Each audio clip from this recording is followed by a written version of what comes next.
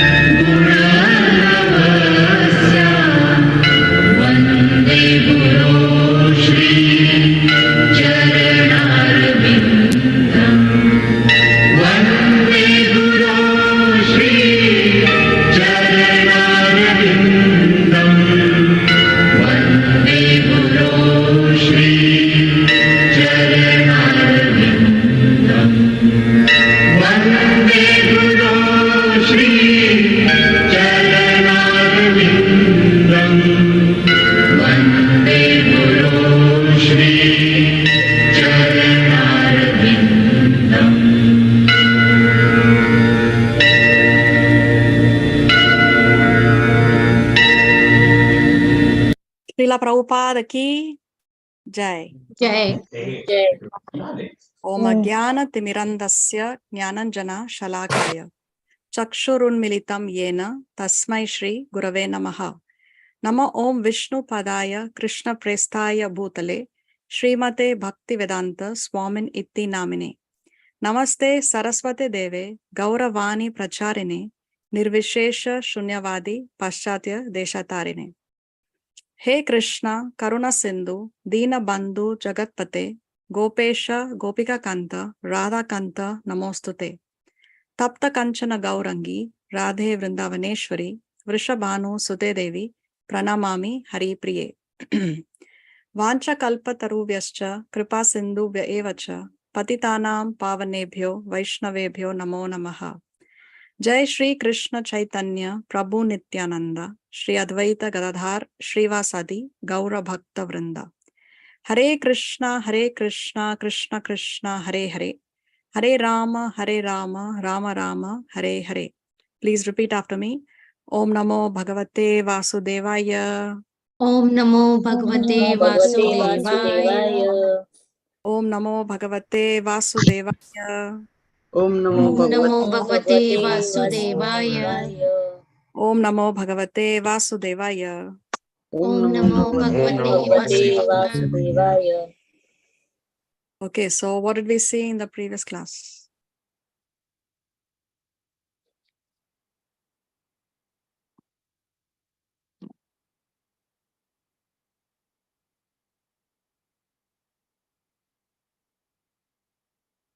We started with chapter 3. Chapter 3. What is the title of chapter 3? Karma Yoga. Karma Yoga. What does the chapter begin with? With Arjuna asking Arjuna a Vacha. question.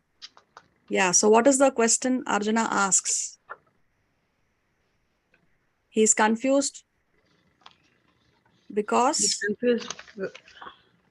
Krishna once is telling to do the war, but then he's telling not to do the war. Yeah, he on one side he's telling to fight, on the other side he's talking about renunciation. On the other side he's talking about peace. So in Arjuna's mind, these are two different concepts. But actually, Krishna is not saying two different things. He's saying the same thing. Krishna actually has already answered this question of Arjuna in the previous chapter, in second chapter, when Krishna spoke about fighting, but without being attached to the results. So real renunciation is you do your duty, but don't be attached to the results. Results, you leave it to Krishna, but you do the best to your ability.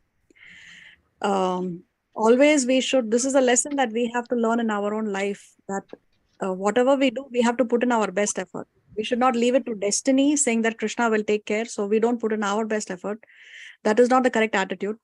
And neither should we think that we are the supreme controllers. So I will do my best and definitely I will definitely get the result. So then we are not believing in the power of the Lord. So the Lord can decide to not give us something, even if we deserve it, if it is not good for our spiritual well-being, and vice versa. So this is the attitude that we must adopt.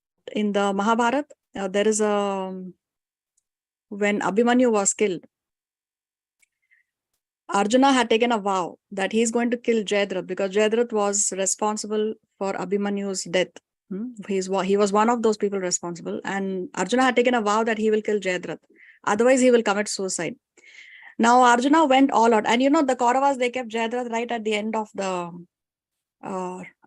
of their army so that Arjuna cannot reach Jayadratha. And they had kept so many people that Arjuna had to fight before he can reach Jayadratha. So the Kauravas' aim was that Arjuna should never reach Jayadratha before sunset, because at sunset the war ends. And like that, Arjuna will commit suicide. But Arjuna went all out to fight. He put in his best effort and he kept on fighting, kept on defeating warriors. And time was running out and he was not able to actually reach Jayadratha before sunset could appear. Sunset was soon approaching and Krishna saw that time is running out. And of course, Krishna protects his devotees. So Krishna created an eclipse-like situation. He created an eclipse-like situation. And so the Kauravas thought, Jayadratha thought that the sun has set. And he came in front and he was very happy and laughing. And he said that, look, now you were not able to kill me before sunset. So now you have to commit suicide. You have to kill yourself. And then Krishna removed that eclipse-like situation. Jayadratha was right in front of Arjuna and Arjuna killed him. So the moral of the story is, we put in our best effort, Krishna will give you the favorable results. Just as how Arjuna put in his best. Arjuna is not thinking that, well, Krishna is my chariot driver, how can I go wrong? Actually, Krishna told Arjuna before the war itself that you are going to win. But still Arjuna put in his best effort. He did not become lazy or he didn't slacken himself. So we should always put in our best effort and leave the result to the Lord. So that's what Krishna is saying, that when you do your work, do your duty, but don't be attached to the results. So fight the war, but without being attached to results. So that is real renunciation. That is real renunciation. Krishna also talks about how if one takes renunciation beforehand, prematurely, without the proper purification, if your heart and mind are still contaminated, if your heart and mind are still dirty, and you take premature renunciation, then it will you're a mithyachari. Krishna uses the word. He says pretender. Why? Because you pretend as though you're renounced, but actually you're not renounced, because your mind is still dwelling on the sense objects. So renunciation, one must take sannyas. One must take the sannyas order of life only when one is prepared for it, when one is purified.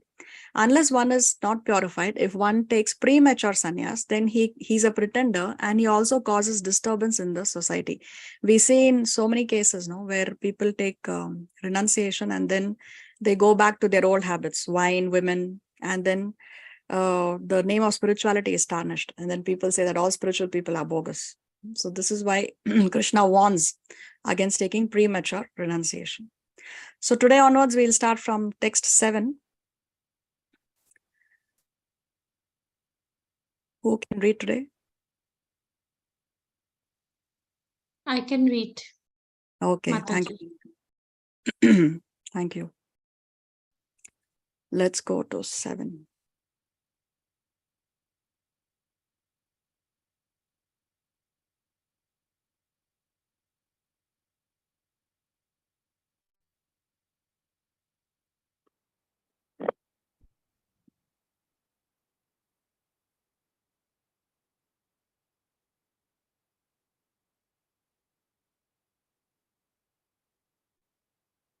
यस्त्विन्द्रियाणि मनसा नियम्यारभतेऽर्जुन कर्मेन्द्रियैः कर्मयोगम् असक्तः स विशिष्यते.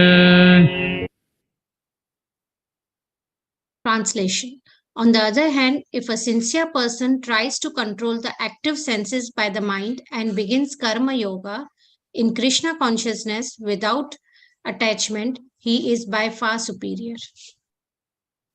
See, in the previous verse, Krishna spoke about how activity is better than renunciation. Here he is giving the reason why activity is better than renunciation. Why? Because he says here, when we do activity, then we are able to engage our senses. And when we engage our senses, when we engage our mind, then because as we discussed previously, the mind requires some engagement. We cannot do zero activity. So zero activity is not an option at all. So this way, when we are doing some activity, then we are engaging our mind, we are engaging our senses, which have to be engaged anyway. But when we engage our mind in the service of the Lord, then we are in the renounced mentality. So you're getting the best of both bargains.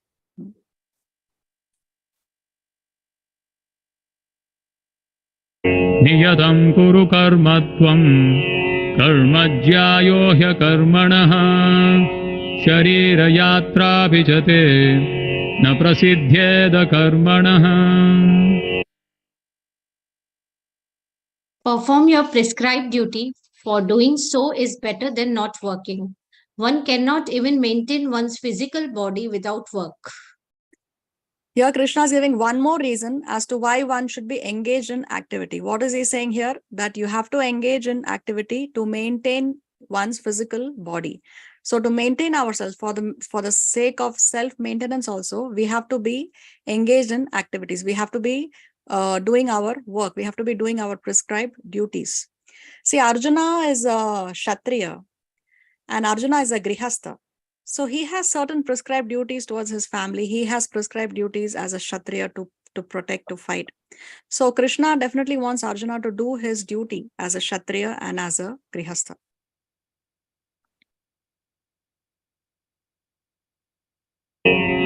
यज्ञार्थात् कर्मणोऽन्यत्र लोकोऽयं कर्म बन्धनः तदर्थं कर्म कौन्तेय मुक्तसङ्गः समाचर.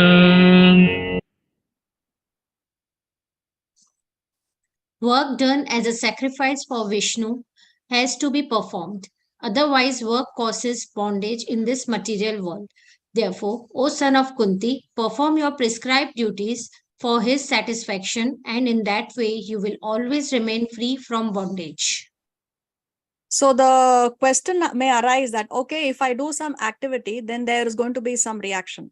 And we discussed how as long as there is reaction, we have to remain in this material world. So every action has a reaction. Now Krishna is saying do activity. So that means we have to engage in action. But then if the reaction is going to come, how are we going to go back to the spiritual world? So the solution that Krishna gives is work. You have to work as a sacrifice for Vishnu.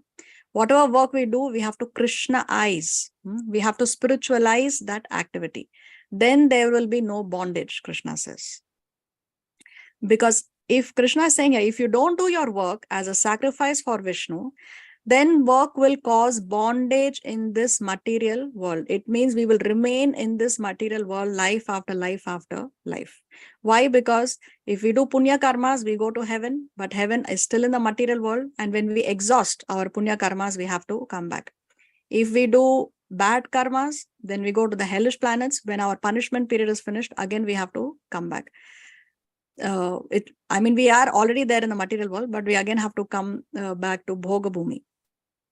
Karma Bhumi, because heaven and hell, they are both Bhoga Bhumis, where we exhaust our good and bad karmas. But we can accumulate karma only on earth. So the solution Krishna is giving here is, if you want to be free from this material bondage, then you do the work as a sacrifice for Vishnu. Every single work that we do, we can spiritualize it. Can you think of any activity that cannot be spiritualized?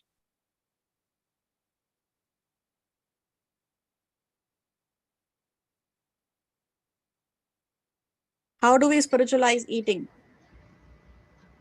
By offering to Lord. Okay, very nice. How do we spiritualize sleeping? By praying in the night. So what should be our prayer at night?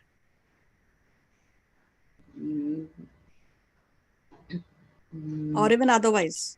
With what mentality do we sleep?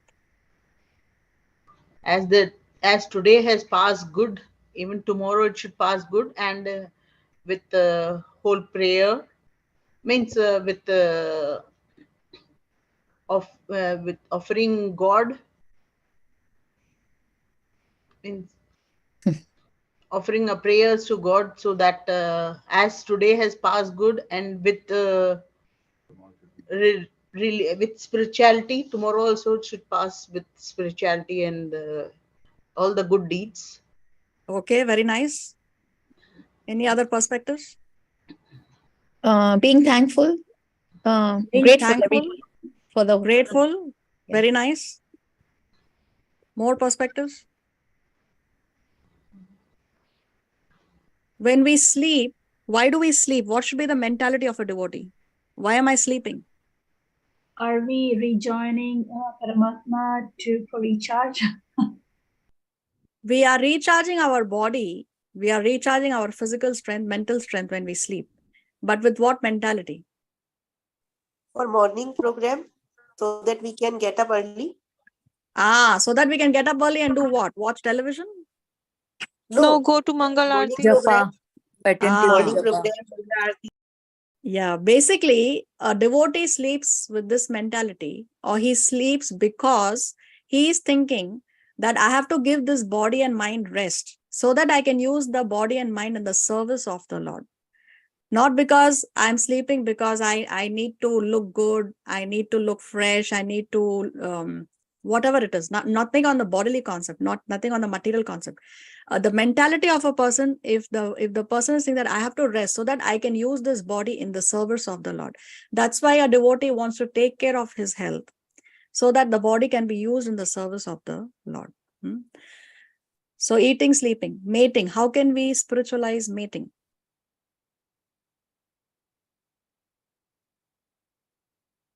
To bring divine souls in this world.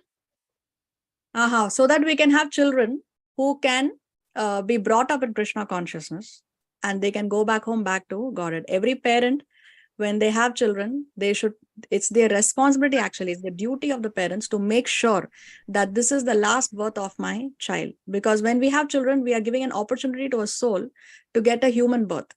But that human birth should not be wasted. So this is how we spiritualize mating. Very nice. Then defending.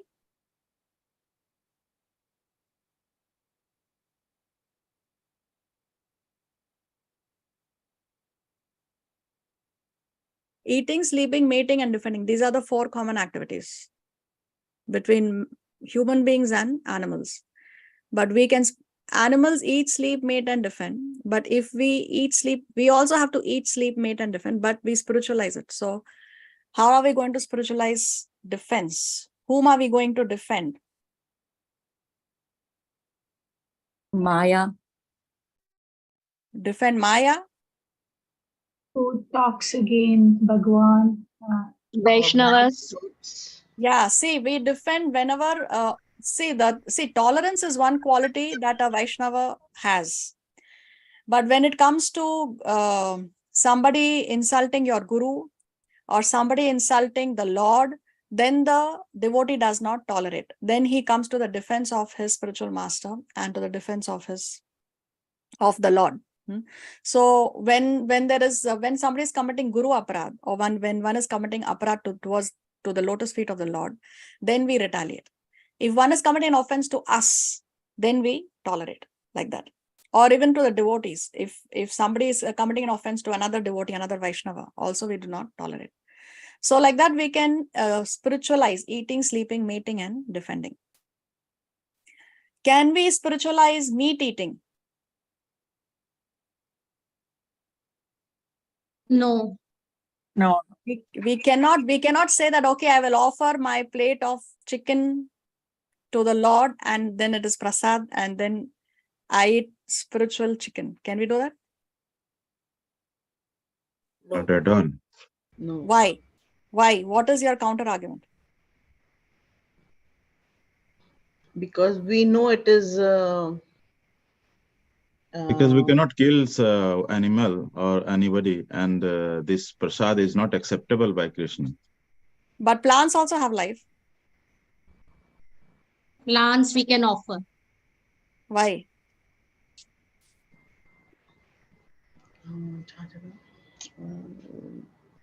क्योंकि Because Krishna ने बोला है कि फलम पुष्पम is accepted. yes, because Krishna does not like. Okay. Yeah. Krishna does not like meat. So we cannot offer him meat. We cannot force him to eat something that he does not like. But he says that he can accept vegetarian or sattvic food cooked with love. Cooked with love is the main ingredient. Okay, with love. So therefore, we cannot spiritualize meat eating. Can we spiritualize intoxication, alcohol, drugs, cigarettes? Can we spiritualize that? No. No. Can we spiritualize illicit sex, having No. children outside of marriage? Can we No. spiritualize that? Neither. And can we spiritualize gambling? No. No. So these are the 4 things that we cannot spiritualize: meat eating, intoxication, illicit sex, and gambling. So therefore, these are the 4 sinful activities that a Vaishnava does not engage in. Okay, when we get initiation, when we receive initiation, these are the vows that we take. No meat eating, no intoxication, no illicit sex, and no gambling. Because these 4 activities we cannot spiritualize. Everything else we can spiritualize. Everything else. Can I ask you a question? Yes, Aja. Was there any meat eater when Krishna was in this world? See, every yuga, the spirituality reduces by 25%. In Satya Yuga, there were all those people who existed in Satya Yuga were all Paramahamsas. They were all transcendentalists. They were all self-realized souls. Then in Dwapar Yuga, religiosity reduced by 25%. So now 75% people are religious, 25% are not following dharma. Then in the next yuga, Treta Yuga was after Satya Yuga is Treta Yuga. So that time 75% religiosity was followed. Then in Dwapar Yuga, 50% religiosity was followed. So half and half. Half people were following religiosity, half people were not following. So those who are not following the principles of dharma, they engaged in sinful activities. And in Kali Yuga, only 25% of the population is following dharma. In the beginning of Kali Yuga. By the time we come to the end of Kali Yuga, only a handful of people will be following dharma. Only a handful of people. Okay.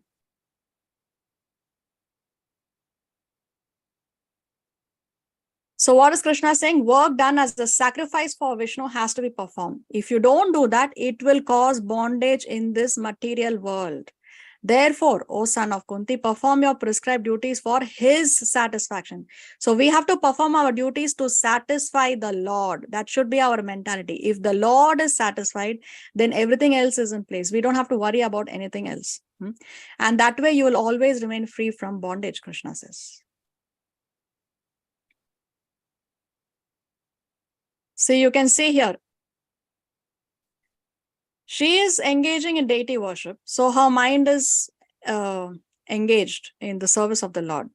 Now he's a farmer. He's tilling the land, but his mind is thinking about the Lord.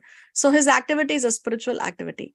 Now here in the other example down, this person is working on the laptop, this person is working in the supermarket purchasing, and they are all engaged in these activities only because they want money. They are thinking about money. That is their consciousness. So this kind of consciousness will bind us to the material world.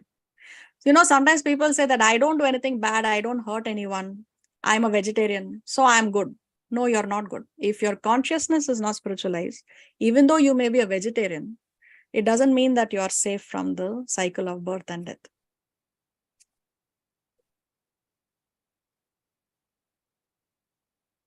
So inaction is no protection from reaction.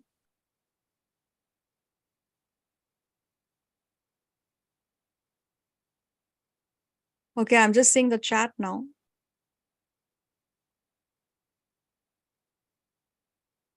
Plants have no senses, so we can eat them. Spiritualized meaning. Okay, who's this? Who's ma'am?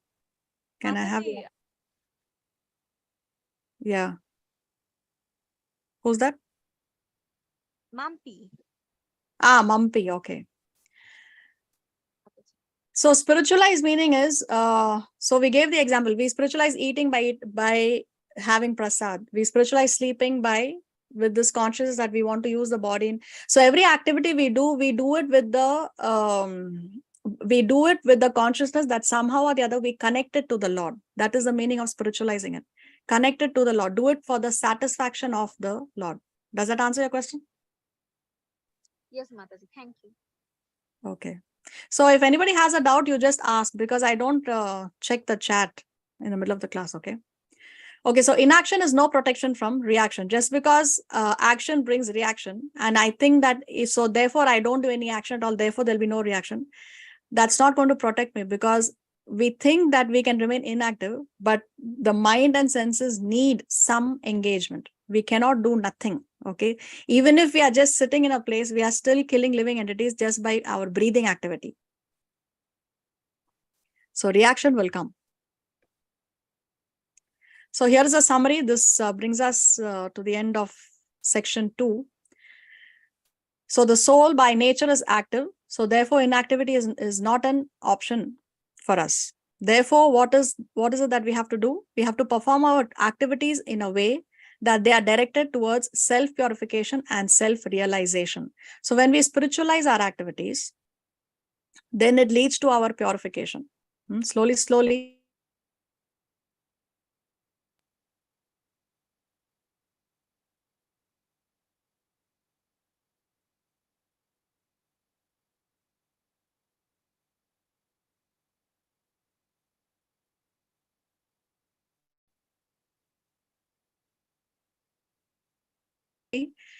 Karma yoga work with both knowledge and detachment. Nishkama karma, in other words,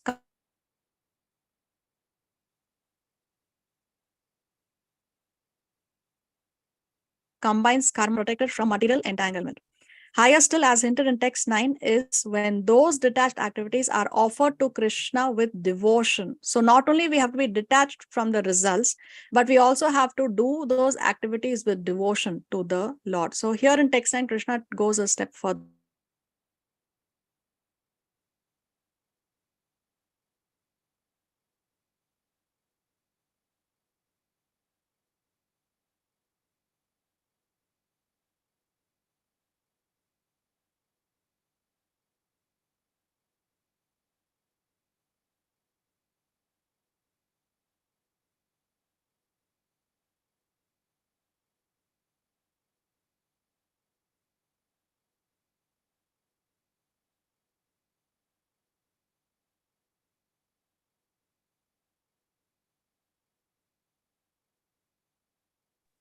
Not able to hear you, Echisana Mataji.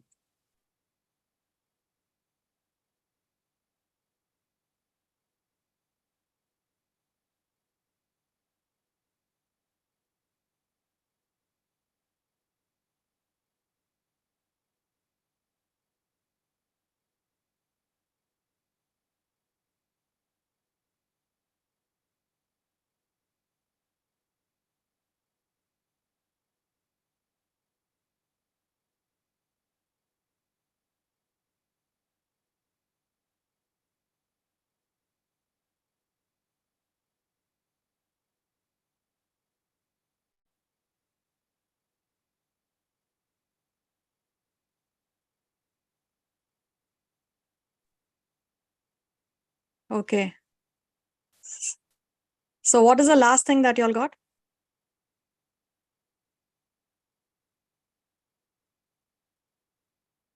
Can you all hear me? Yes, ma'am. Yes, Yes, yes, now we can hear you. Now we can hear. We missed the previous screen, what you were explaining. Oh, yeah. This one? Yeah. And verses 3 to 9 have described that part. Okay. So verses 3 to 9 have described Nishkama Karma Yoga. What is Nishkama Karma Yoga? Work with knowledge and detachment. So which means it is combining karma and jnana. You work with the knowledge that you are not the body or spirit soul, that as the spirit soul, you are eternally the servant of the Lord. So you do your work with that knowledge. So that is Nishkama Karma Yoga. So Nishkama Karma Yoga allows a soul to be active but in a detached way. And that protects him from material entanglement. Now, of course, in chapter 9, Krishna says, don't just work in a detached way, but work with devotion. Give your fruits to the Lord. Krishna eyes or spiritualize your activities.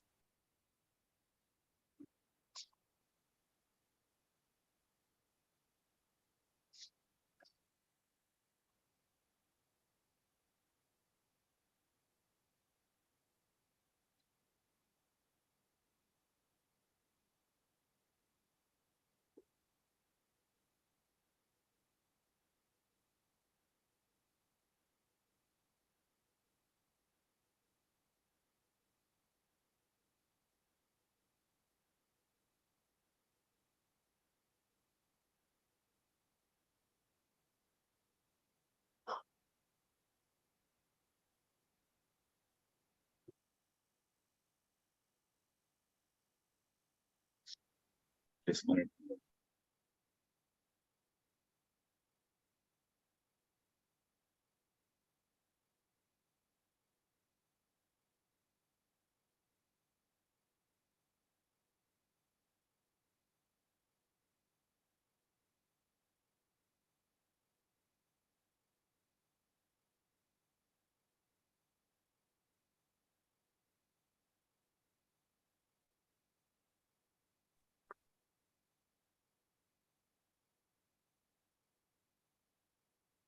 Okay, so the question is, what is karma kanda?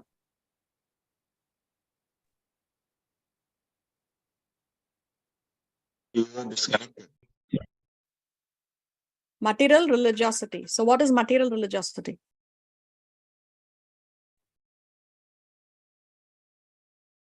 Hare Krishna. Hare Krishna. You are disconnected. I'm disconnected. You can hear me? Now I can hear you. Okay. You have to So go what in is karma kanda? Karma kanda is when you do something and expect something in return. Yes. Material. So that is material religiosity. We expect something in return. We are not rendering service out of love for the Lord. So Krishna is saying, if you can't do karma yoga, at least you practice karma kanda. So let's see that section now.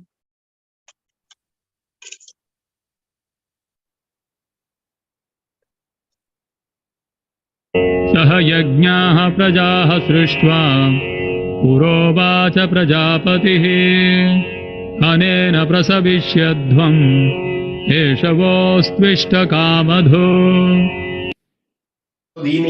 In the beginning of creation, the Lord of all creatures sent forth generations of man and demigods, along with sacrifices for Vishnu, and blessed them by saying, "Be thou happy by this yajna, because its performance will bestow upon you everything desirable for living happily." Okay, so see, now Krishna is saying that when he sent forth all the creatures, all the men, all the devatas, along with the men, along with the devatas, along with the living entities, he has sent sacrifices for Vishnu. What do you mean by sacrifices for Vishnu? Yagyas, any yagya, not only fire sacrifices, not only fire yagyas, but different sacrifices. And why has he sent this? Because by the performance of these yagyas, by engaging in these yagyas, by engaging in these sacrifices, everything that we desire for living happily will be achieved. We can get all that we desire for a happy living, and then we can achieve liberation. So this is just like how when as parents, we have children, we just don't have children and then throw them away, right? We don't leave them to themselves. We take care of them, we bring them up, we take care of their needs. The parents take care of the needs of the children after they have the children. So like that, when the Lord sent generations of men and demigods, he also has sent sacrifices in order to take care of those men and demigods that he has sent. Now, what is the connection between sending the men and the demigods and the sacrifices for Vishnu that he will explain further? Okay. See here, We have this description of the 4 yugas: Satya Yuga, Treta Yuga, Dwapara Yuga, and Kali Yuga. Now, the duration of Kali Yuga is 432,000 years. So, double of Kali Yuga is the duration of Dwapara Yuga, 8,64,000 years. 3 times Kali Yuga is the duration of Treta Yuga, 1,296,000. And 4 times Kali Yuga is the duration of Satya Yuga, 1,728,000 years. Average human life in Kali Yuga, this is at the beginning of Kali Yuga, okay? This average life is at the beginning of that particular Yuga. So in the beginning of Kali Yuga, the average human life was 100 years. It was 1,000 in Dwapara, 10,000 in Treta, and people in Satya Yuga lived for 100,000 years. Religiosity, we discussed this. Religiosity was 100% practiced in Satya Yuga. So everybody was a Paramahamsa. Everybody followed Dharma. Then it reduced to 75, 50, and 25 in the Treta, Dwapara, and Kali Yuga. Now, every yuga has a certain recommended process for self-realization. There is a recommended process. In the Satya Yuga, the recommended process to realize God was silent meditation. In the Treta Yuga, it was through the fire yagyas or the fire sacrifices. Then in Dwapara Yuga, it is Murti Puja or deity worship. And in Kali Yuga, it is Harinam Sankirtan, chanting of the holy name. Now, there is a reason why this process would work in this particular yuga and would not work in Kali Yuga. Now, let's discuss that. Now, what is the problem with perfecting silent meditation in Kali Yuga? Who can say?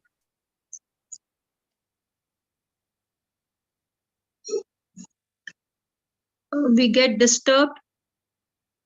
We get disturbed. The mind is very, very disturbed in Kali Yuga. So for one to sit in silent meditation, one needs to have the mind under control. So when we sit down for silent meditation, there will be a million thoughts in our mind within 1 minute. Okay, more reasons.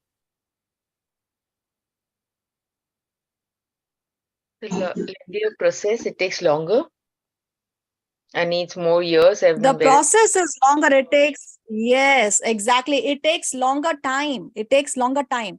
Now, who's the writer of the Ramayana? Valmiki. What was Valmiki? Because before he became a self-realized soul, before he became qualified to write the Ramayana, what was he? Robert. Yes. Robert. Daku. Yes. Was a robber. So, but then he engaged in this silent meditation and he perfected his life. How many years he engaged in that meditation to perfect himself, to attain self-realization? 60,000. 60,000 years. Do we live for 60,000 years in No. Kali Yuga? Do we have that kind of time? No. We don't have that kind of time to perfect ourselves in Kali Yuga. No, we don't have that kind of time. So therefore, this silent meditation was a perfect process in Satya Yuga because there people lived that kind of, they lived for so many years. And also because everybody is a Paramahamsa. Therefore, everybody's mind is very much under control. And therefore, they were able to engage in silent meditation. Now, let's discuss fire yagyas, fire sacrifices. Now, what is the problem with fire yagyas in Kali Yuga? We don't have the Brahmins, the bona fide Brahmins. Yeah, we don't have such powerful Brahmanas like we had in the previous yugas. Okay. And so what is even the if role they're of a Brahmana in a Brahmanas, fire sacrifice? What's that? mantra recitation is totally gone nowadays. It is contaminated. Nobody can pronounce the mantras the way they're supposed to be pronounced. Yes, the Brahmanas previously were very, very expert in pronunciation of Sanskrit, in pronunciation of the shlokas, right? But now that kind of perfection is not there anymore with the Brahmanas. Very nice. But why do we need Brahmanas for fire yagyas? That's the first question. The Brahmanas had the power when they did the fire yagyas, they sacrificed animals like cows. So when they would they would perform the sacrifice, they had the power to get the animal sacrifice. They would come back to life. Yes, very nice. So, this argument sometimes people come up with, but how come previously the cows and the horses, like they talk about Ashwamedha Yagya, where the horses were sacrificed in the Yagya, right? So Brahmanas ate meat. I saw one video where the one Brahmana was giving Shastric evidence that Brahmanas in the previous yugas ate meat. So that is correct. Brahmanas in the previous yuga ate meat because when they did the Yagya, they would sacrifice the cows, horses in the fire. Yes. So that they ate as prasad because that was offered in the yagya. So now that has become prasad. But the point that we are missing here is those brahmanas, they would chant mantras and they would bring the animal back to life. So they were such powerful brahmanas that by chanting mantras, they could bring the dead animal back to life. And the animal also is benefiting. How does that animal benefit? Because he is free from that life. He is free from that life, but he is coming back to life again now. He So what cleaned is his better karma. now? What's that? He's liberated. The How animal he is liberated? How he is liberated? By the yagya. How does the animal benefit? If the cow is sacrificed in the yagya, how does that living entity in the body of the cow benefit? He's coming back to life in the same cow's body. So how does he benefit? Previous karmas are gone, or How get the new fresh body? Yeah, that's correct, Ranjit. He gets a brand new, fresh, youthful body. Okay, now say somebody is now 60, 70, 80 years old, and somebody says, okay, I give you a body of a 20-year-old, youthful, young man. Will we take the offer or will we not take the offer? Yes. Definitely, isn't it? Who does not like to have a young, youthful body? So the cow that is sacrificed gets a brand new, fresh, youthful body. That's one advantage. One more advantage, can you think of? Big advantage. The cow, by the milk they serve to God. So? Because the cow has the new fresh body, so they can produce more milk to serve God. Produce more meat to serve God? No, that doesn't work. I feel No, probably Who wants more meat? Spiritual If he life, says, like the what's cow that? is sacrificed in the fire, right? So it's now it has a new body, right? So it's spiritual life. It's spiritualized. The cow gets the benefit of rendering devotional service to the Lord. Yes. Okay. So the cow is getting a huge credit in his spiritual bank balance. So it's a win-win situation for both. So yes, it's true that Brahmanas, previous yugas, they ate meat. See, Vedas allow meat eating. We talk about Hinduism, right? So even Sanatan Dharma, meat eating is allowed once a month, provided the animal is sacrificed in the yagya. Okay. But that once a month meat eating is allowed only up till the previous yuga. In Kali Yuga, any kind of animal slaughter is completely prohibited. Because in Kali Yuga, we don't have those kind of brahmanas who can chant mantras and bring the animal back to life. So therefore, in Kali Yuga, any kind of meeting is completely prohibited. But Vedas do allow meat eating once a month, provided that animal was sacrificed in the yagya. And of course, the Brahmana would bring the animal back to life. But now it's not possible. So therefore, in Kali Yuga, meat eating is completely prohibited. Okay, now coming back to our original topic, why we cannot perfect our life with fire yagyas in Kali Yuga? More reasons. A yagya is a very, very opulent procedure. It requires a lot of wealth, a lot of opulence, because previously very, very expensive items would be offered in the yagyas. Now in Kali Yuga, we don't have that kind of opulence. Okay, previous yugas, people had a lot of opulence. I think we saw once how when Yudhishthir wanted to do the yagya, the Ratsya yagya, Arjuna went to collect wealth for the yagya. So a yagya is a very, very expensive process, and it requires a lot of opulence. And Arjuna went and got plates, because previously the kings would feed the brahmanas in gold plates, and then the brahmanas didn't want the plates, because for them, for a brahmana to to have that much of gold is a burden. So they would just throw away the plates, and it was all piled up. And then Krishna told Arjuna, you can go and get those gold plates because you're collecting wealth for the yagyas. So there was so much opulence that the Brahmanas would just throw away the golden plates. Would anybody do that now with even 1 gram of gold? So see, in Kali Yuga, we don't have that kind of opulence, isn't it? So therefore, we cannot perfect our life with fire yagyas in Kali Yuga. Now let's come to deity worship. Why we cannot perfect deity worship in Kali Yuga? What's the problem?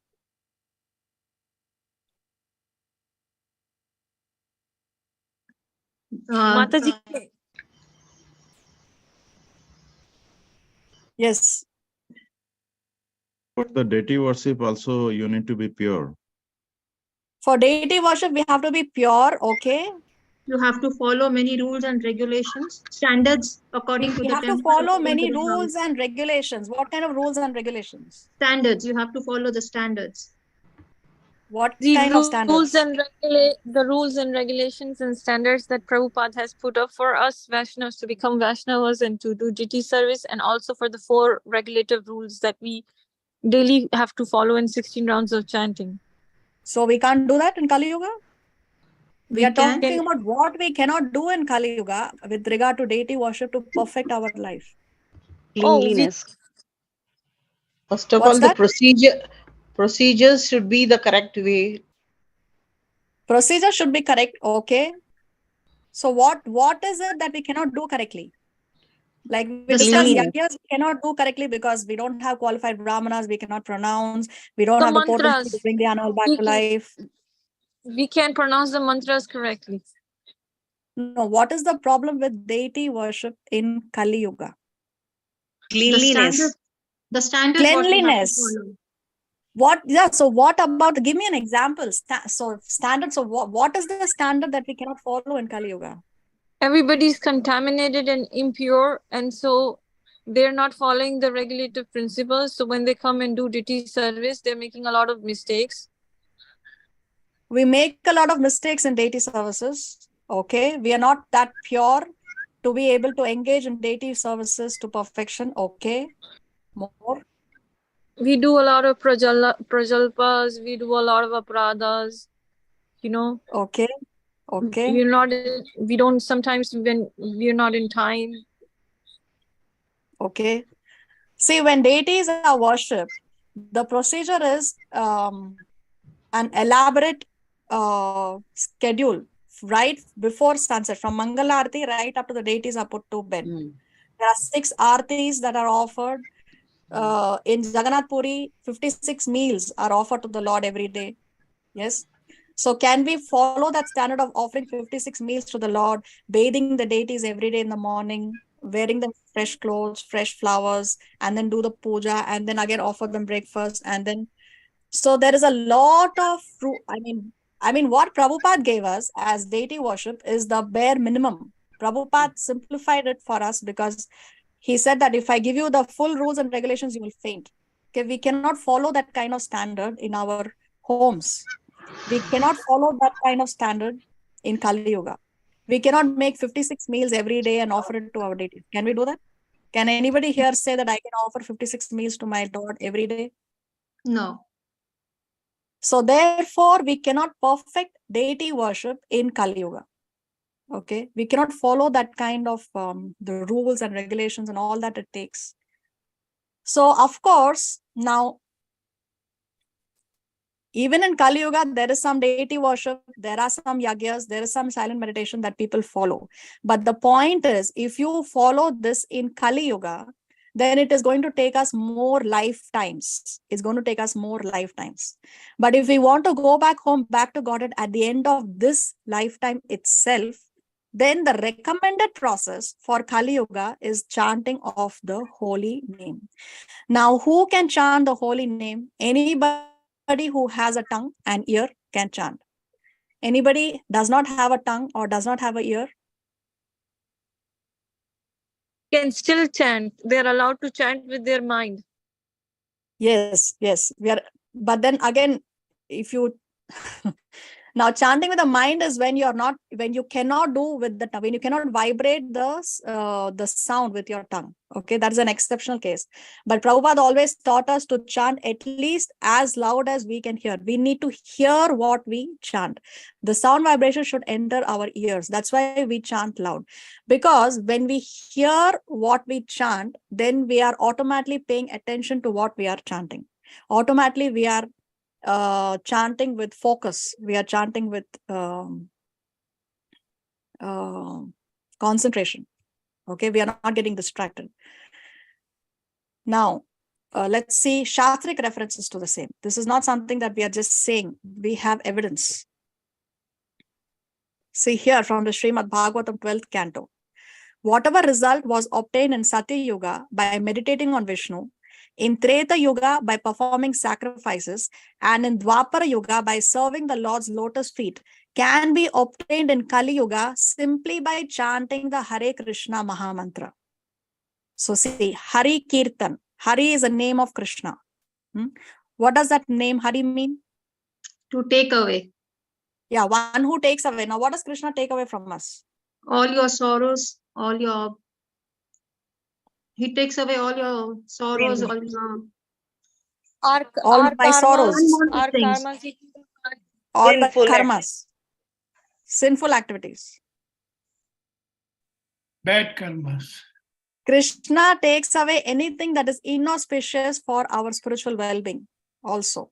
Okay, so if I have a nice lavish home and a nice lavish car, but it's not good for my spiritual life because I'm getting blinded by my opulence, then for my spiritual well-being, Krishna can take it away. On the other hand, if I have the mentality that I can use a lavish home and a lavish car in the service of the Lord, then he will give it to me even if my karma does not allow it. So Krishna actually takes away anything that is inauspicious for our spiritual well-being if we surrender to Krishna, of course. Okay, let's see more. Now, this is from the Puranas, Vishnu Purana, Padma Purana.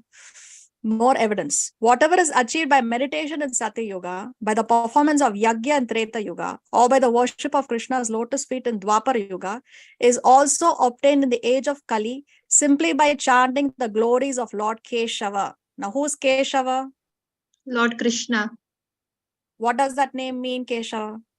The one who has long, beautiful hair. One who has very nice, beautiful hair. Very nice. One more meaning of Keshava. And the killer of the demon Keshi. Killer of the demon Keshi. So here Srimad Bhagavatam is using the word Keshavam. So Keshavam also refers to none other than Krishna. So this is all Shastric evidence. This is not blind faith. Chaitanya Charitamrita. Harer Nama eva kevalam. Kalu nasteva gatir anyatha. In this age of Kali, there is no other means for self-realization than chanting the holy name of Lord Hari. Now see, 3 times, this verse says 3 times, Harer Nama. 3 times it says, chanting of the holy name, chanting of the holy name, chanting of the holy name. Again, it says, Nasteva. There is no other way, there is no other way, there is no other way. So when something is said thrice in the Shastra, that means that much more importance is given to that particular subject matter. That much more emphasis is given on that subject matter. Even when he says something thrice, then we may sometimes we tell our children, don't do this. But 3rd time we come to heavily, don't do this, thrice. So here thrice it is said that there is no other way other than chanting the holy name in this age of Kali. Harer Nama eva kevalam. Kalu nasteva gatir anyatha.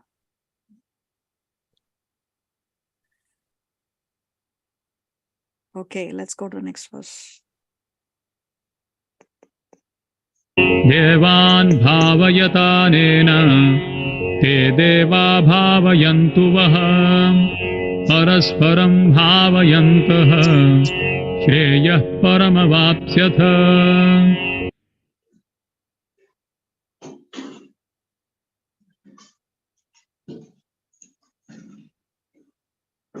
Translation. Bhumika, are you there?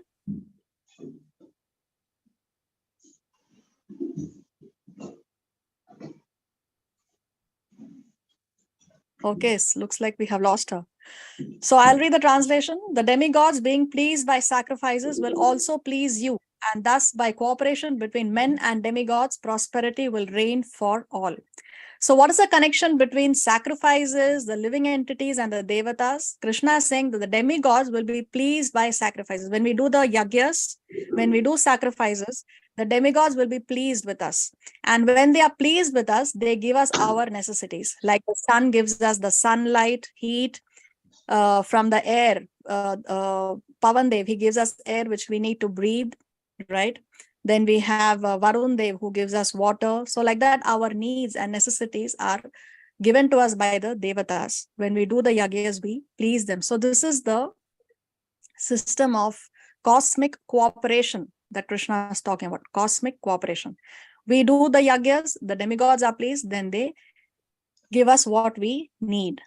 Just like how we pay taxes to the government, and then the government builds roads, builds bridges, has a law and order system in place for us, right? So we pay our taxes, and then the government gives us what we need. Like that, we do the yagyas, and then the demigods give us what we need.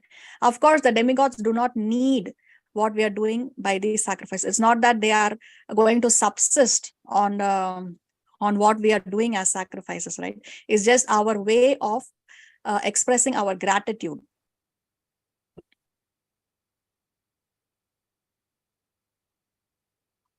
Ishtan bhogan hi vo deva dasyante yajna bhavitaha tairdattana pradayebhyo yo bhunkte stena eva saha.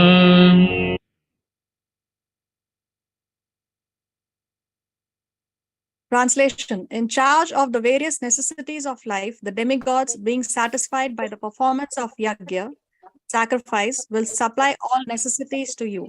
But he who enjoys such gifts without offering them to the demigods is certainly a thief.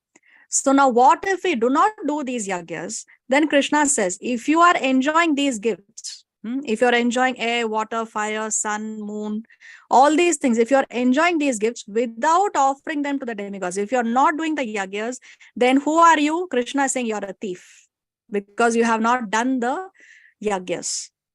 So therefore, this is our duty to engage in sacrifices. Now, there are 5 categories of people whom we are all indebted to. One is we are indebted to the devatas. What do the devatas give us? They supply us necessities like heat, air, light, and water. Then we are indebted to great sages like Vyasadeva, Narada. What do we get from great sages? We get from them Vedic knowledge. Because, for example, Vyasadeva has put all this Vedic literature into writing. If it was not for Vyasadeva who had put them into writing, how would we have received this knowledge? Why did Vyasadeva put it into writing? Because of short memory. Because we have short memory in Kali Yuga. In previous stages, it was not written because everybody would remember. Yeah, because there was no need for it. People had such sharp memories that once if the spiritual master gives the knowledge to the disciple would remember it for the rest of his life. But we don't, in Kali Yuga, our memories are so short that we don't even remember. If somebody was to ask us, what did you eat for lunch yesterday? We will take some time to think and we may or may not remember it. So Kali Yuga memories are very short. So therefore, for our benefit, Vyasadeva fortunately put everything into writing so that we can be benefited. So like that, we owe the sages Vedic knowledge. Then we are indebted to our forefathers. Why are we indebted to the forefathers? Because from them we have got this body, we have got this birth because of our parents, of our grandparents, of our forefathers. Paternal property, intelligence, society, friendship, love. We have got all this from our forefathers. Then we are indebted to the general public, other human beings, for politics and sociology. Can we say that we don't need other human beings and I can survive even if there are other human beings are not present? No, we depend on other human beings. because somebody else builds our homes, somebody else is growing our food, somebody else is making our clothes, right? Somebody else is transporting them for me. Somebody is building the roads, somebody is building the bridges. So therefore, we owe to other human beings as well. And we are also indebted to common living entities, other animals, other species also we are indebted. Why? Because we accept service from so many other animals like horses, bulls, asses, dogs, etc. Right? We get honey from the bees, we get wool from the sheep, we get milk from the cows. So like that, we are indebted to even other common living entities. So we are all in debt to all of them. So how are we going to pay these debts? This is written in this shloka from the Srimad Bhagavatam, but we will simplify it by this chart here, this list here. So how can we repay the demigods? By doing the fire yagyas. When we offer oblations with ghee, when we do these yagyas, fire yagyas, then we repay our debt, or we express our gratitude to the devatas. It will help to liquidate that debt to the devatas. Sages, how can we please the sages? By studying the Vedas. So when we study the Vedas, we are pleasing the sages, and that way we can liquidate the debt of the sages. How can we please the forefathers? By Pitra Yagya. When we do Pitradan, when we offer oblations to the forefathers, then we can please them. Because if our forefathers are in a hellish condition, okay, it's not necessary that all of them go to hell, but if by chance they are in the hellish condition, then when we do the Pitra Yagya, then it will help them come out of the hellish condition. And even if they are in heaven, they will get to stay in heaven for an extended period of time. They have a certain date by which their stay in heaven comes to an end. But when we do Pitra Yagya for them, then they can get an extended stay in the heavenly planets. So like this, we can please the forefathers and liquidate the debt to them. And other living entities, how? By sharing one's meals. Bhuta Yagya. That's why we have this system in India, especially, Indians, they will take part of their food for the crow before they start to eat, or they will go and feed the cow and they will come, or they will feed the pigeons or the crows, like that. So when we share our meals with the other living entities, then we can liquidate the debt of the other living entities. And human beings, offerings to men in the form of receiving them properly and feeding them. That's why we say that the guest should be served, and we should attend very well to our guests, because when we receive guests and we serve them nicely, then we can liquidate the debt of the other human beings. So this is how we liquidate the 5 kinds of indebtedness. See, the Manu Samhita says that every householder, every grihastha has 5 slaughterhouses. We may think, what? I'm a vegetarian. How can my house be a slaughterhouse? But Manu Samhita explains that every householder, every grihastha has 5 slaughterhouses. What are they?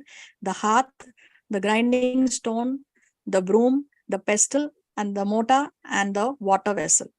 Because every time we use these 5 items, we are killing living entities. So these are the 5 slaughterhouses that we have within our homes. Every grihastha has a house. And this binds us. This binds us because we are killing the living entities. Let's go to 13. Yajñashishtashinas santo muchyante sarva kilbishaihi Bhunjate te tvagham papa ye pachantyatma karanan. Translation. The devotees of the Lord are...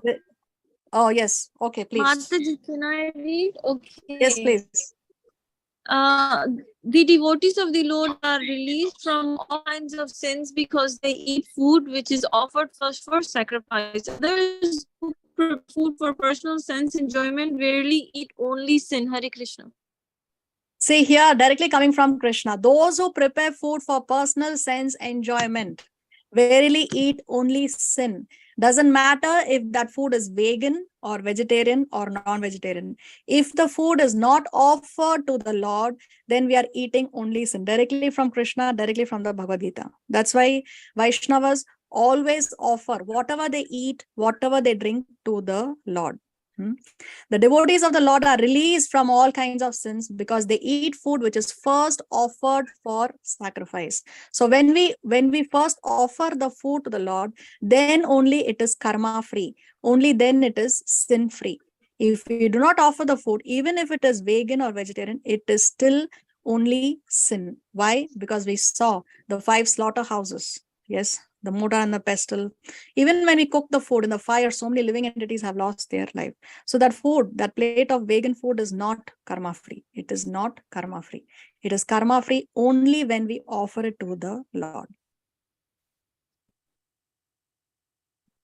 When there is an epidemic disease, an antiseptic vaccine protects a person from the attack of such epidemic. We know this very well, especially after our recent COVID pandemic, isn't it? So food offered to the Lord and then taken by us makes us sufficiently resistant to material affection. By accepting prasadam, we immunize ourselves from the contaminations of the material world. So very, very important, very, very crucial to offer the food to the Lord. There is lot of potency in prasad, lot of potency. So see here, you can see people are cooking and eating for their own pleasure, but here this person is consuming food after he offers it to the Lord, and also he's distributing it. So when you distribute prasad, also you're distributing nothing but the mercy of the Lord. So distribution of prasad is a very, very noble seva, because you're giving the mercy of the Lord to the others, and the others are getting benefited, even whether knowingly or unknowingly, but they are getting benefited. See, food is something that attracts all living entities. Whether you're a human being or a bird or an animal, food is something that attracts every living entity. If you want to have a good program, if you have good prasad, you have a successful program. You may have a terrible program, but if your prasad is good, then your program is a success. Because see, if you just throw some crumbs, immediately the birds will come, will flock and gather at that place, isn't it? When you throw a bone, all the dogs will come. So food is something that attracts all the living entities. So food is, distributing prasad is a very, very noble seva.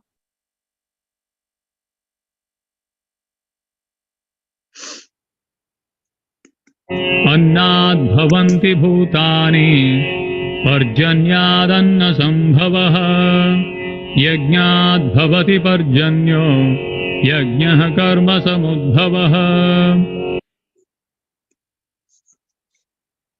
All living bodies subside on food grains, which are produced from rains. Rains are produced by performance of yagna, sacrifice, and yagna is born of prescribed duties. Hare Krishna. Krishna continues to explain here how we are dependent on the devatas. Okay, so what is Krishna saying here? That we all depend on food grains. Now, where do these food grains come from? Food grains are coming from because of the rains. When it rains in the right quantity at the right time, we can have a good crop. So food grains come from the rains. Now, how are these rains coming? Rains are coming by the performance of yagya, sacrifice. When we do fire yagyas, Lord Indra is pleased, and Indra sends down rain. He is the Lord of rain.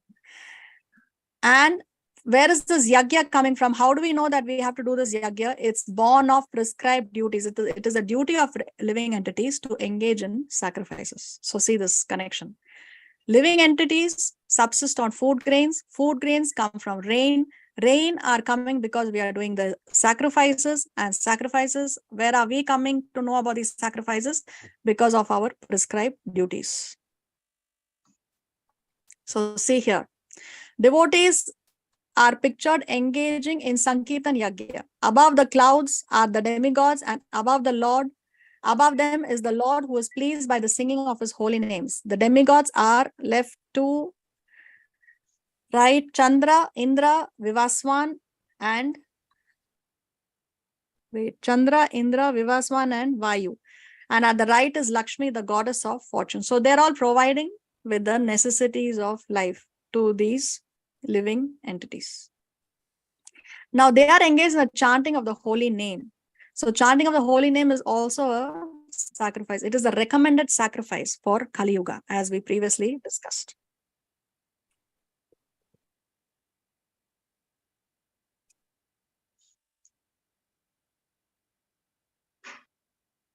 Karma brahmodbhavam vidhi brahmakshara samudbhavam tasmat sarvagatam brahma nityam yajne pradishtitam. Regulated activities are prescribed in the Vedas, and the Vedas are directly manifested from the Supreme Personality of Godhead. Consequently, the all-pervading transcendence is internally situated in acts of sacrifice. So see, in the previous verse, Krishna said, "Law, all the living entities subsist on food grains. Grains are coming from the rains. Rains are coming because of the yagyas, and yagyas are a part of our prescribed duties." Now, how do we know what are our prescribed duties? They are prescribed in the Vedas, Krishna is saying. Regulated activities are prescribed in the Vedas. And where are the Vedas coming from? Vedas are directly manifested from the Supreme Personality of Godhead. So see this cycle here. This is called as a cycle of sacrifice. All living entities subsist on grains. Grains are produced by rains. Rains depend on the performance of yagya. Yagya is born of prescribed duties. These prescribed duties are there within the Vedas. Vedas are coming from the Supreme Lord. So this is a cycle of sacrifice that Krishna explains in verses 14 and 15 of this chapter. See, there are three kinds of karma. We just use the word karma, but now we'll see the three kinds of karma. We have karma, vikarma, and akarma. Karma means action. Now, what kind of action? Pious action as per scriptural injunctions, that which is prescribed in the Shastra. That is karma.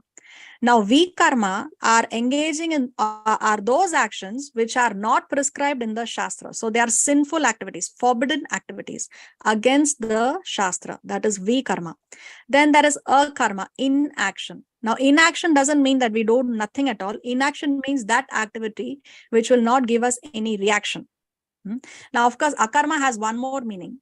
That meaning is non-performance of prescribed duties. When we don't do our prescribed duties, then that is also called akarma. But mostly in the Bhagavad Gita, this term akarma is used in this context.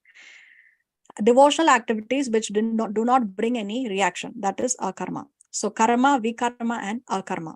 Now, question: when Krishna talks about doing your prescribed duty, or when Krishna talks about karma kanda, when Krishna talks about karma kanda, what is he talking about? Is he talking about karma, vikarma, or akarma?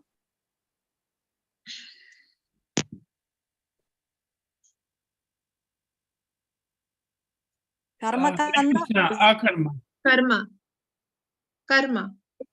Yeah, it is karma, because karma kanda means it is according to scriptural injunctions, but it is not necessarily devotional service. Because why it's not devotional service is because we are expecting something in return. Karma kanda, isn't it? Karma kanda, we are expecting something in return. So it is not devotional activity. It is an activity which we are doing according to Shastra. Yes, it is recommended in the scriptures. It is there in the beginning of the Vedas. The beginning of the Vedas talk about karma kanda. So it is action. It is pious action. It is not a sinful activity, but it is not a devotional activity either. Okay, so karma kanda comes under karma.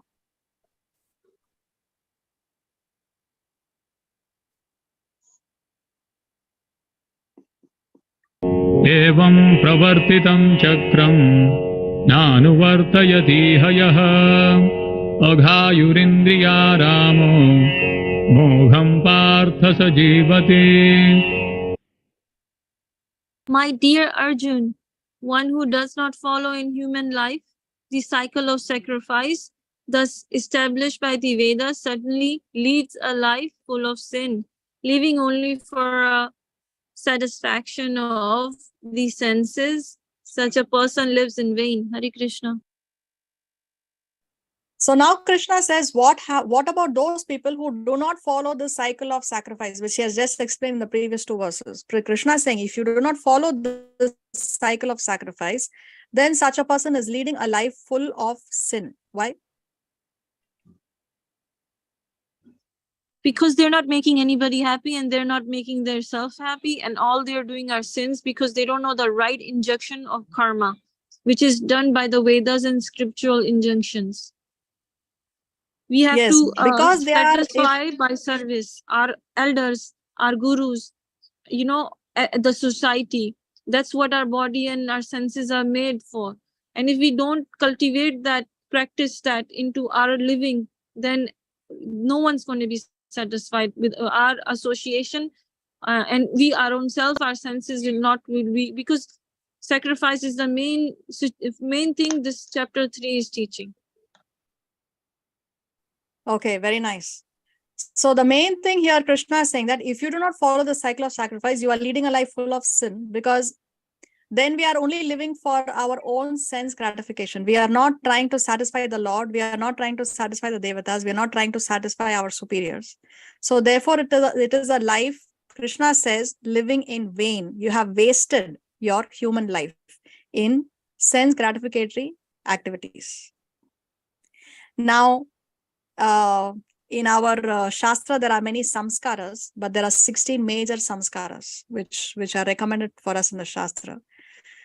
So the first one here, we have Garbhadhana Samskara. What is this Garbhadhana Samskara? Is the samskara that is done before the parents conceive a child, before they conceive a child. So this Garbhadhana Samskara helps to put the parents in the right consciousness before they can unite, so that they can attract a pious soul in the womb.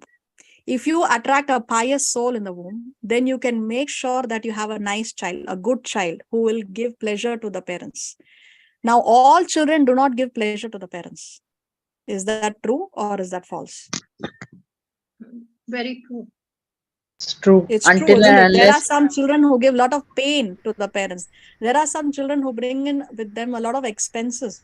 So there are some, so we want to attract, ideally, a very, very pious soul in the womb. So for that, we should have the right consciousness. The parents should have the right consciousness before they can unite.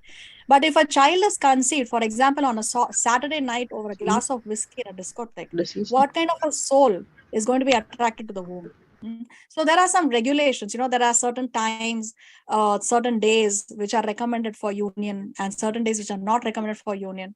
So therefore you see the days and you put the parents in the right consciousness through the Garbhadhana Samskaras to make sure you attract a good soul in the womb.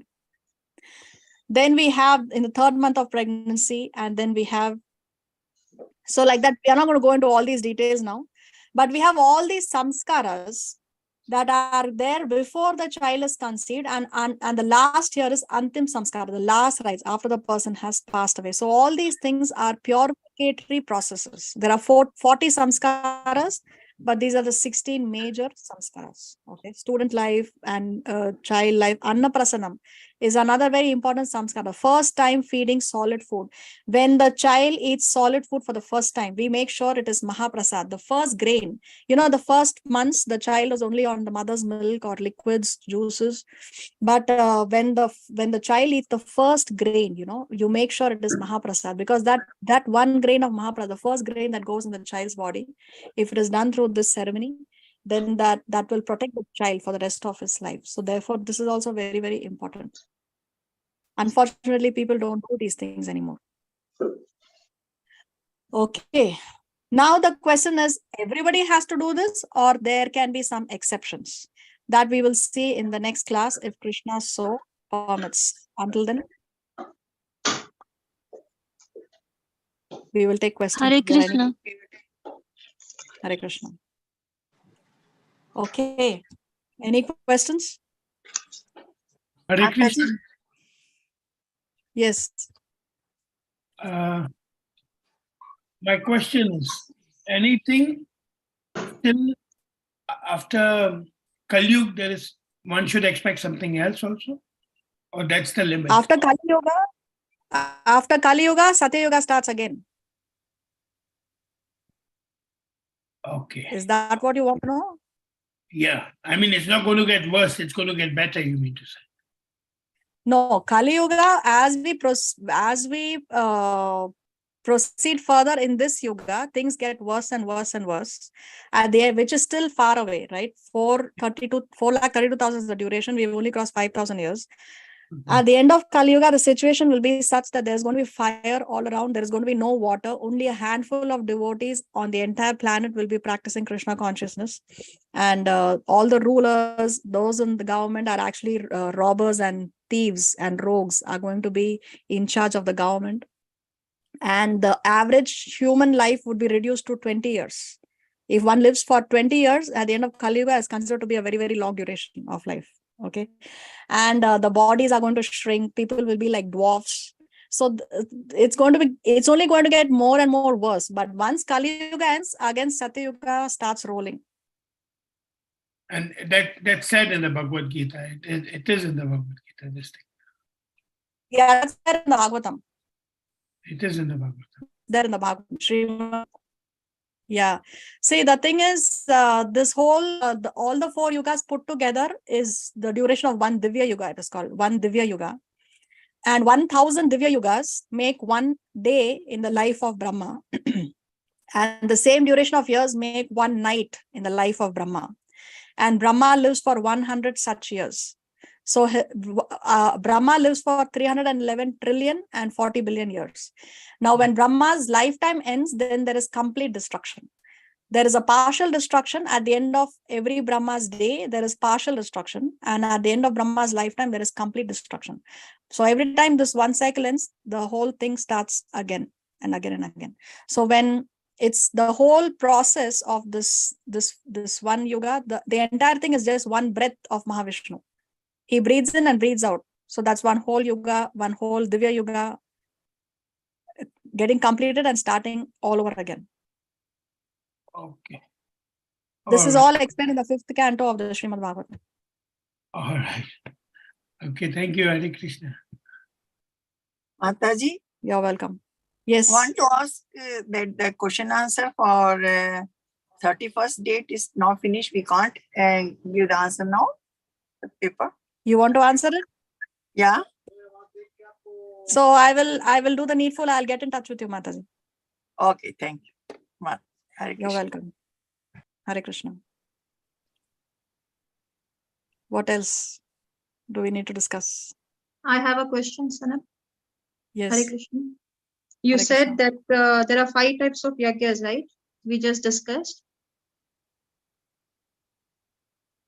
5 kinds of, the 5 yagyas by which we can repay the debts to the 5 people we owe. Yeah. So in this Kali Yuga, since it's not possible, only chanting is the only way to get rid of. Yes, once you see you have superset and subsets, right? A superset has everything that the different subsets contain. So when you please the Lord by the chanting of the holy name, automatically the devatas are pleased, automatically the sages are pleased, automatically the forefathers are pleased. Because when you engage in devotional service, even they are benefiting, right? Sages are pleased if you are advancing spiritually. Your forefathers are going to be benefited by your spiritual advancement. We discussed previously, how Prahlad, by his devotional activity, he was able to liberate 14 generations before him and after him. So of course, the forefathers are going to get benefited.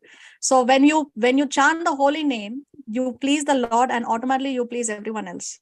So you don't have to separately engage in any activity. So only chanting is sufficient. Oh yes, most definitely. Then why didn't Krishna give us that in the beginning? And instead of saying that, do different types of sacrifices? Krishna did give it to us, but in the form of Chaitanya Mahaprabhu.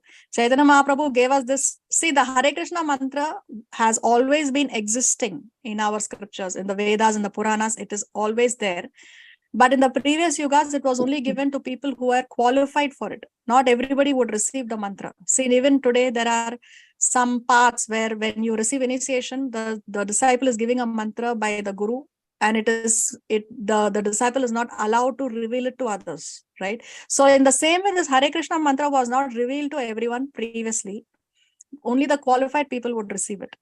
But because Chaitanya Mahaprabhu is more merciful than Krishna, Chaitanya Mahaprabhu opened up this mantra for everyone. So when we receive initiation, it is no secret mantra. We receive this mantra only. Hare Krishna, Krishna Krishna Hare Hare, Hare Rama Rama Rama Hare Hare. It is no secret because Chaitanya Mahaprabhu is more merciful than Krishna. So it is given to us by Krishna, but Chaitanya Mahaprabhu as Krishna gave it to us, not Krishna Krishna. Because Chaitanya Mahaprabhu is more merciful. He's the mercy incarnation. Thank you. One more question. Yes. Yes. You said that distribution, eating prasad and then distributing prasad is very, very auspicious, right? Very helpful, very beneficial for people. Yes. Can I distribute prasad to a person who has recently eaten non-veg or is a non-veg eater? Can I? There's no harm? Yes, of course. There is no harm. In fact, there is only benefit. Both parties only stand to benefit. There is no harm. Why would there be any harm? Because we Devotional say no. service can, they say like he's just eaten non-veg. How do I give him prasad? I mean, how do I distribute prasad to that person? All the more reason to give him prasads because he needs to be purified more than a non-meat eater or non-alcoholic. He should be given more, all the more reason to give him because he needs to be purified even more. Even if a person who has just had alcohol and you can give prasad, no problem. Yes, definitely, most definitely. See, temple is open to everyone, right? When there is a Sunday feast or a Friday or there is a Janmashtami feast, now we had Balaram Purnima. Are we checking whoever is entering the temple and taking the plate of prasadam? Who's checking that whether they have eaten meat or they have had one glass of wine? Nobody is restricting that, right? It's open for everyone. So there's no such restriction. You're welcome. It is as a medicine actually for everyone. Yes, it is the medicine that will cure them of their material disease. So, Beena Bisht, are you joining us for the first time? Yes, Mataji. Oh, very nice. Where are you from? I'm from Pune, Mataji. Oh, how did you know about our classes, Mataji? Actually, I had a group this over here, so I went there, and there was it was written that join this class. It is going to be started. So I just clicked it and joined it, and really liked this class. Really loved it. Thank you so much, Mataji. Thank you so much for joining us, Mataji. It's a pleasure to have you with us. Thank you so much. Thank you. Dandat pranam, Mataji. Dandat pranam. Okay. And anything else we need to discuss? If we don't have tulsi leaves to offer when we offer prasad, what do we do in that case? So you try to get tulsi, and worst case scenario, if you cannot get tulsi in any case, then you mentally invoke tulsi in your mind and you offer it mentally. Okay. The one which we get in Kali, that the serves or no? The basil leaves, the ones, remember once? Yeah, basil leaves is of the same family, but it's not tulsi. It's better to have tulsi. So that no, right? Or you can? No, better not. You get tulsi. If you want, I can give you. I have. Okay. So yeah, in Kali Yuga, you get the benefit of doing devotional service even mentally. So as I told Divya that you can mentally invoke tulsi if you don't have it personally, physically. So in Kali Yuga, mentally also whatever devotional services you do, you get benefited. There is a story of a Brahman. He was very poor, but he wanted to serve the Lord by offering the Lord opulent food, prasadam. Okay, he wanted to offer a nice feast to the Lord. So in his mind, mentally, he made a lot of preparations and he created a lavish feast, everything in his mind, right? He's washing the vegetables, cutting, cooking, then he's decorating the plates, and then everything mentally he is offering. And then he wanted to touch, because we don't offer very, very hot food to the Lord. Just as how we do not eat steaming hot food, in the same way, when we offer the Lord, it should be of a temperature which is eatable. So he put his finger in one of the preparations to see how hot it was. And it is all mentally, he's not really made it. So mentally he's touching the temperature, feeling the temperature of the food, but in reality his finger got burnt.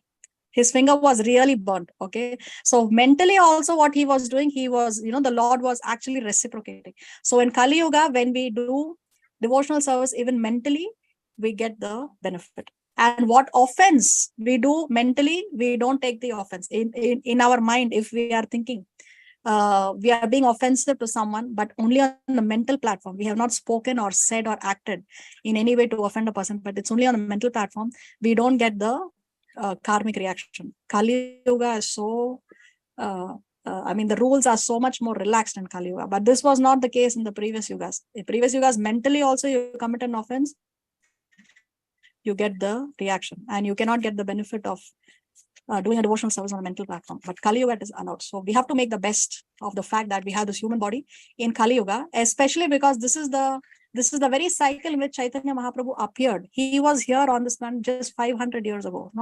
He is not someone from a very distant past. Srila Prabhupada walked this planet just a few years ago. He's not a sage from a distant past. So we are actually in the golden period of Kali Yuga. This is called as the first 10,000 years. The 10,000 years now is called as a golden period of Kali Yuga, where the chanting of the holy name is going to spread in every town and village. So we have a human body in the golden period of Kali Yuga, in the very cycle when Chaitanya Mahaprabhu appeared, in the very cycle when Krishna appeared. Krishna appears only once in the day of Brahma. We discussed, no? One day of Brahma is 1,000 Divya Yugas. One Divya Yuga is all the 4 Yugas put together. So once in the day of Brahma, only Krishna appears. And we are in the same cycle when Krishna has appeared on this planet. So we are in the best position. So we have to maximize and take advantage of our position.